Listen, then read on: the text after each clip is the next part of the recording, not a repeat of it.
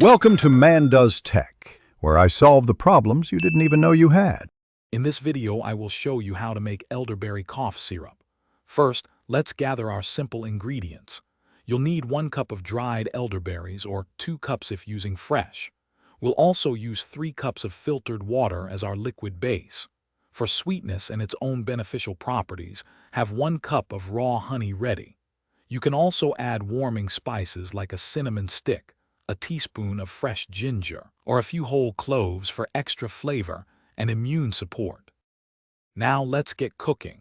Place your elderberries, water, and any chosen spices like ginger or cinnamon into a saucepan. Bring this mixture to a boil over medium heat.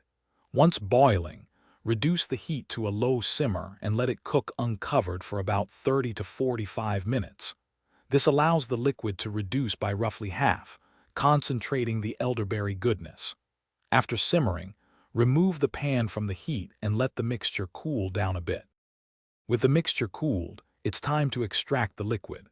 Use a potato masher or the back of a spoon to gently mash the softened elderberries in the pot. This helps release all their beneficial juices.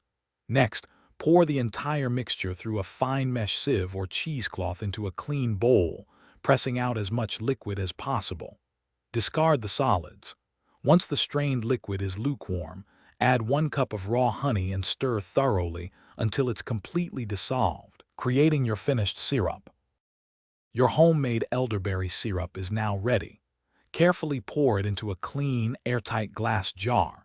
Store this wonderful syrup in your refrigerator where it will stay fresh for about 1 to 2 months. For general wellness support, adults can take 1 tablespoon daily.